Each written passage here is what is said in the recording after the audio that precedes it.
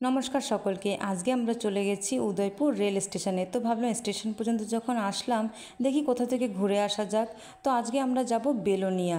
Belonia train আসতে এখনও অনেকটা সময় বাকি। তার মধ্যে আমরা চিপস, কোল্ড ড্রিঙ্কস এসব কিনে বসে বসে খাচ্ছিলাম। তারপরে বরের সঙ্গে সুন্দর করে একটু ভিডিও বানিয়ে নিলাম। তারপরে চলে আসলো আমাদের ট্রেন। উঠে পড়েছি ট্রেনে। আসলে আমি মনে হয় এই 4 বছর পর ট্রেনে উঠলাম। লাস্ট ট্রেনে উঠেছিলাম আমি কলকাতা থাকতে, আর তারপরে এই ট্রেনে উঠলাম। আমার তো ভীষণ ভালো লেগেছে ট্রেনে উঠে। তো ফাইনালি বেলোনিয়া পৌঁছে গেছি। প্রায় সন্ধে হয়ে গেছে আমাদের এখানে আসতে আসতে। উদয়পুরের ট্রেন আর 1 ঘন্টা পরে আসবে। তো এই 1 ঘন্টার মধ্যেই আমাদেরকে আবার স্টেশনে চলে আসতে হবে। তো ভাবলাম কোথায় যাই।